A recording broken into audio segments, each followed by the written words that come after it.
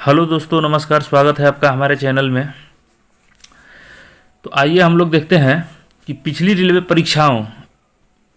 परीक्षाओं जैसे कि परीक्षा गैर तकनीक का हो गया, असिस्टेंट स्टेशन मास्टर का हो गया या गुड्स गार्ड का हो गया, ईसीआरसी का हो गया, कमर्शियल अप्रेंटिस आदि में पूछे गए अति उपयोगी प्रश्नों का संग्रह जो है यहाँ पे दिया हुआ है।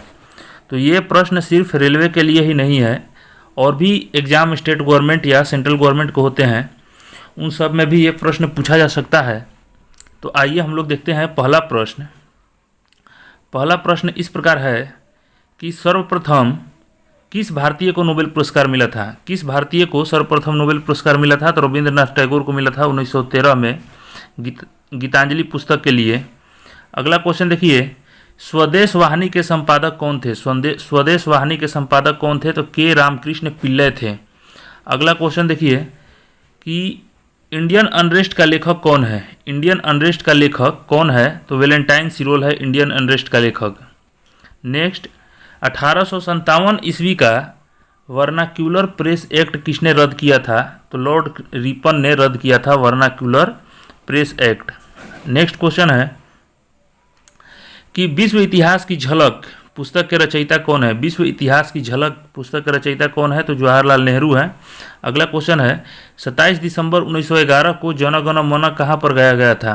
यानी पहली बार जन गण मन जो है 27 दिसंबर 1911 को गाया गया था। कहाँ पर गाया गया था?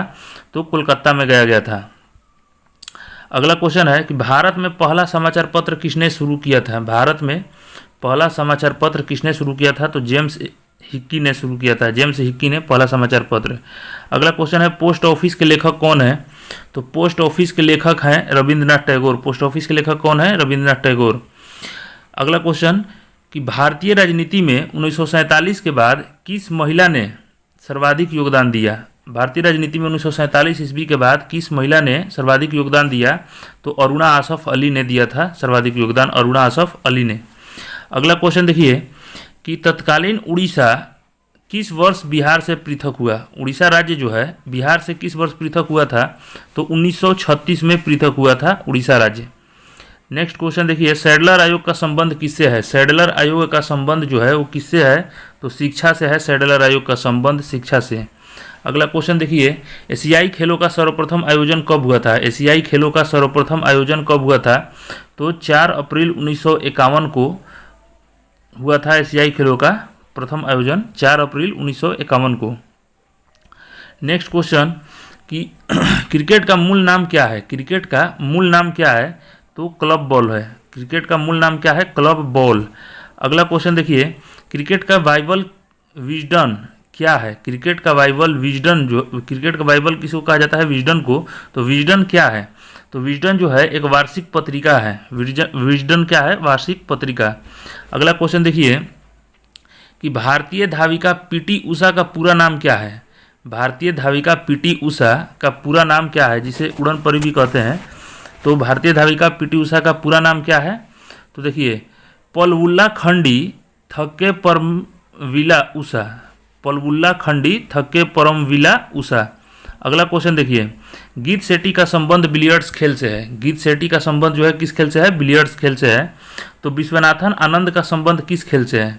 विश्वनाथन आनंद का संबंध किस खेल से है? तो शतरंज से। दोनों क्वेश्चन पूछते रहता है।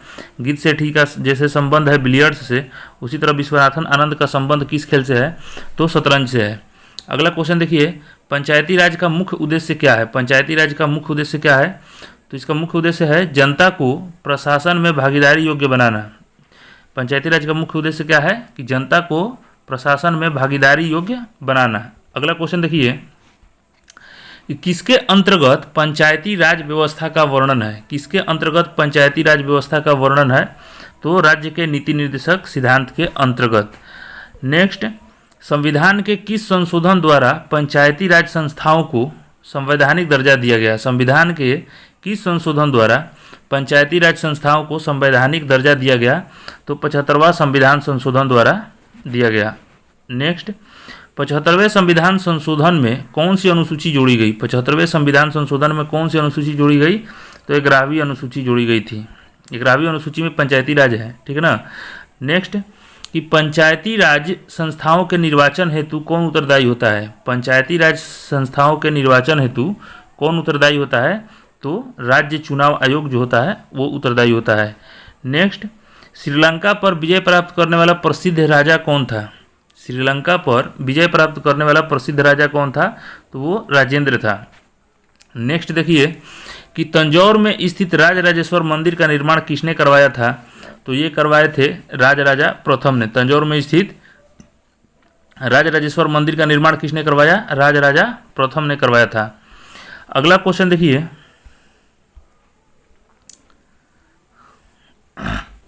अगला क्वेश्चन है कि किस राष्ट्रकूट शासक, अगला क्वेश्चन कि किस राष्ट्रकूट शासक ने पहाड़ी काटकर एलोरा के विश्व विख्यात कैलाश मंदिर का निर्माण करवाया। किस राष्ट्रकूट शासक ने पहाड़ी काटकर एलोरा के विश्व विख्यात कैलाश मंदिर का निर्माण करवाया, तो कृष्ण प्रथम ने करवाया था। नेक्स्ट क्वेश्चन देखिए, राष्ट्रकूट साम्राज्य का संस्थापक कौन था। राष्ट्रकूट साम्राज्य का संस्थापक कौन था, तो दंती दुर्ग था। अगला क्वेश्चन कि किस राजवंश ने श्रीलंका व दक्षिण पूर्व एशिया को जीता था, तो चोल वंश ने जीता था, चोल वंश ने। अगला क्वेश्चन देखिए, विरूपाक्ष मंदिर का निर्माण किसने करवाया। विरूपाक्ष मंदिर का निर्माण चालुक्य शासक ने करवाया था, विरूपाक्ष मंदिर का निर्माण। अगला क्वेश्चन है कि पल्लवों का एकस्मीय रथ कौन सी जगह मिला है। पल्लवों का एकस्मीय रथ कौन सी जगह मिला है, तो महाबलीपुरम में मिला है। नेक्स्ट क्वेश्चन है कि होयसल वंश की राजधानी कहाँ थी। होयसल वंश की राजधानी जो थी वो कहाँ थी, तो द्वार समुद्र थी। अगला क्वेश्चन है यादव सम्राटों की राजधानी कहाँ थी। यादव सम्राटों की राजधानी देवगिरी थी। यादव सम्राटों की राजधानी कहाँ थी, देवगिरी थी। अगला क्वेश्चन देखिए, विकासशील देशों में कितने प्रतिशत भाग पर कृषि की जाती है। विकासशील देशों में कितने प्रतिशत भाग पर कृषि की जाती है, तो 60% भाग पर। अगला क्वेश्चन कि पृथ्वी की रक्षा कवच क्या होती है। पृथ्वी की रक्षा कवच जो होती है वो क्या होती है या किसे कहा जाता है, तो ओजोन परत को पृथ्वी की रक्षा कवच कहा जाता है। अगला क्वेश्चन, ग्रीष्म ऋतु में होने वाली वर्षा क्या कहलाती है। ग्रीष्म ऋतु में होने वाली वर्षा जो है वो क्या कहलाती है, तो उष्णकटिबंधीय वर्षा कहलाती है ग्रीष्म ऋतु में होने वाली वर्षा। अगला क्वेश्चन, पृथ्वी अपने अक्ष पर कितने अंश पर झुकी हुई है, तो 23.5 डिग्री अंश पर झुकी हुई है अक्ष पर। पृथ्वी अपने अक्ष पर कितने डिग्री झुकी हुई है, तो 23.5 डिग्री। अगला क्वेश्चन देखिए कि सूर्य की किरणों को पृथ्वी तक आने में कितना समय लगता है। सूर्य के किरणों को पृथ्वी तक आने में कितना समय लगता है, तो 8.3 मिनट समय लगता है।